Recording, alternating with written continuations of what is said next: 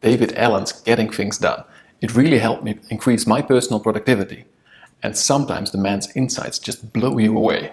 Folks, if you don't give appropriate attention to what has your attention, it'll start to take more of your attention than it deserves. So the weird, strange thing here is you actually have to use your mind to get stuff off your mind. I don't feel like I have 100 projects though. That part of his program I don't really subscribe to. It just doesn't work for me. Let me take you on a journey of my experience in how I implemented Getting Things Done in my routines.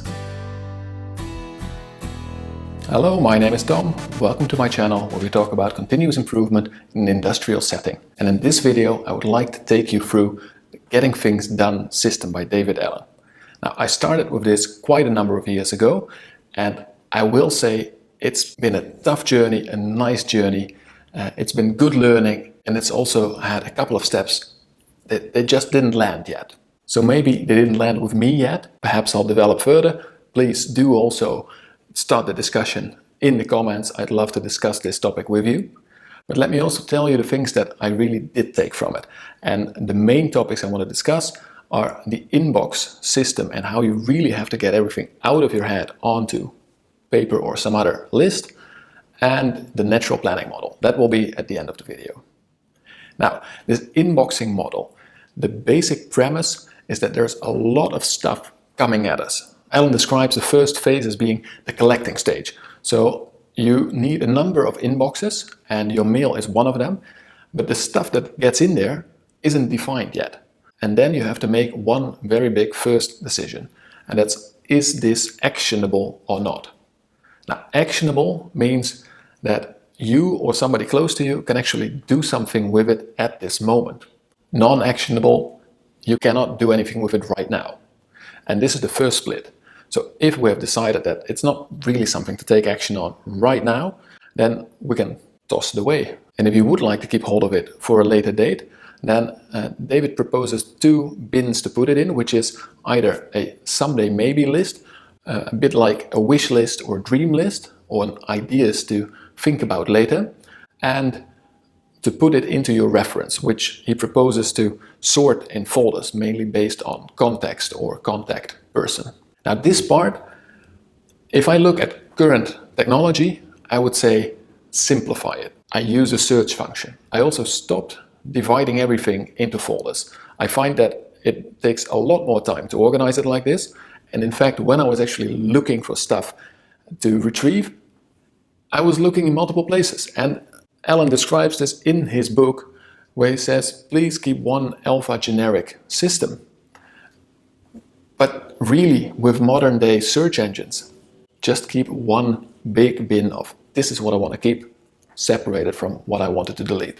To take one step further on this idea, I have my personal and work email addresses all into one program, which can search both of them. So I put things into the archive, and if I have stuff that I get from a different type of inbox that doesn't really have a nice search functionality, I just scan it, email it to myself. I get it in anyway, put a couple of keywords in that mail. Now, if it is actionable, then we split it up into what's the next action, and is this actually a next action? Do I have to do something physical right now, or is it more a project? Now, and here we come into part of Getting Things Done that didn't really work for me, which is that everything that takes more than one step to complete, David Allen considers to be a small project, and you have to keep track of the project. Now, for me, it's so often clear from one physical action what the next step in the project is, that it became more of a hassle to link all those projects and to keep track of all of those than to just get a list of the bigger projects. So that's what I stuck to right now. Usually when you have projects at work with a team of colleagues, you have project management, you have a charter around it, so no real need for me to track it separately. And for my home and personal things, a list of responsibilities seems to get the job done for me, and I can put some projects on there to at least from time to time check up that I'm moving forward on them. So now that we've decided that we need to act on this, it's important to really make a next physical action decision. So really get into the practicalities of what needs to be done. Organized birthday should not go onto an action list. but buy a cake or send out cards can be if you already have the materials and the info available. And by the way, this next action thinking really, really helps when you do performance control, when you do effectiveness in meetings in your organization as well. So that alone, it's worth getting the book, reading through the system, getting acquainted with it. But okay, on to what do we do with the next action? There's basically three choices. If it's less than 2 minutes, we do it right away. Because when it's less than 2 minutes, the registration and the timekeeping and all the management around it is going to be more than simply doing it. Then there's delegated. If somebody else is more suited to do this action than you are. If you are invested in the outcome of this action, you will want to keep tabs on it, of course. What I did is I set up my rules like this. When I send out an email and I am in the copy, so I'm in the CC, it automatically puts it in my waiting for folder. So once a week I go through the folder, I see which of those emails have been answered, delete them, and if they have not been answered, I know I can follow up with this person again. And then if it is longer than 2 minutes and we want to do it ourselves, this means we have to put it either on an action list if it's not very time critical exactly when this needs to happen, or we put it on the calendar as a time specific meeting or action. Now, the calendar is sacred ground. On the calendar, we only put things that really, really have to be done on this time slot or the chance is gone. So most actions go onto lists, and those action lists are context specific. Now, what does David mean with that? It is, what do you need to be able to perform this action? And to my taste, he puts too many examples in his book. The concept is great. So, for instance, a shopping list has the context, I am in a shop. You put stuff on the shopping list throughout the week, and then when you're actually in a shop, you open it up, buy the stuff you need. So another context that was a real eye-opener for me is people. Now, if you have questions for certain people, you can of course mail it to them, but also you have live meetings with your colleagues, friends, managers from time to time, and that for many topics is the best time to just do a quick feedback, a quick checkup. So what I do is in my notebook, I have pages for my most frequent contacts, and on them I write what we discuss, so it's a nice archive, but I also at the end always put the things that I would like to discuss next time.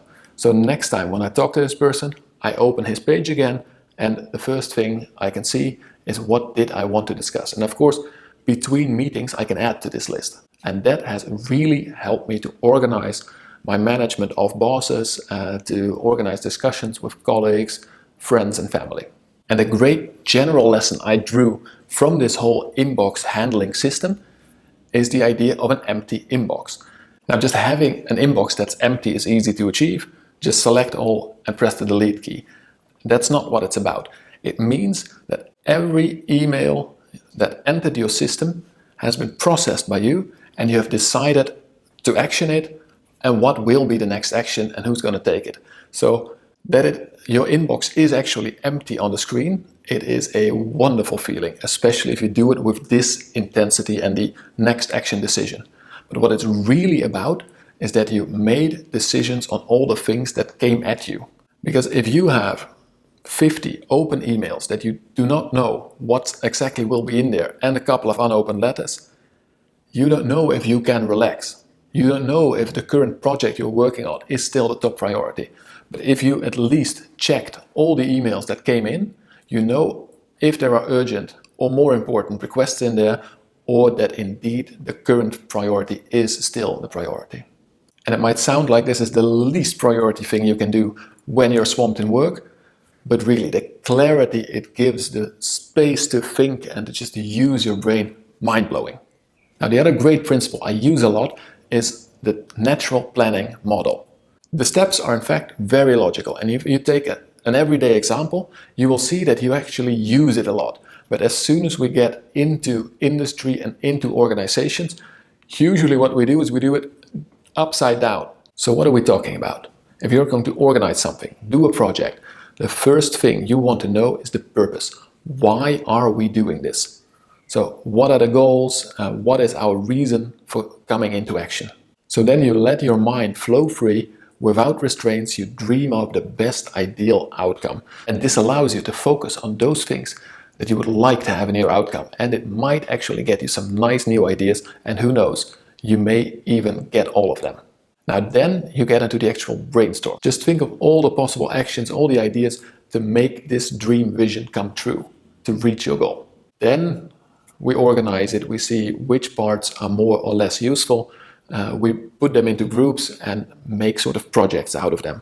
And the final thing, of course, is what's the next action? What exactly are you going to do about it? And then, of course, you put them through your work process. So you decide, are you going to do them, somebody else is going to do them, and how are you going to track it?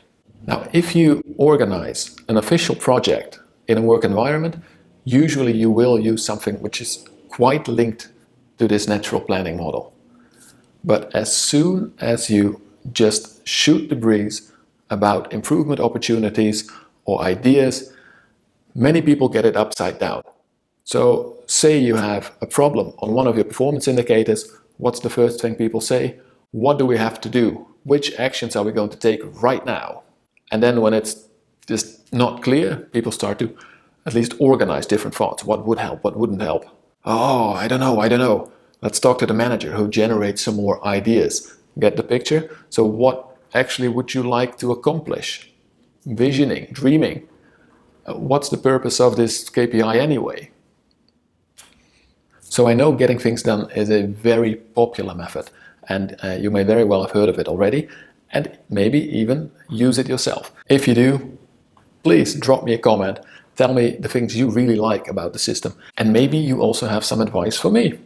Other resources, good ideas that may help me improve my personal productivity. Anyway, I wish you the best of luck improving your own personal productivity. And as always, enjoy the journey.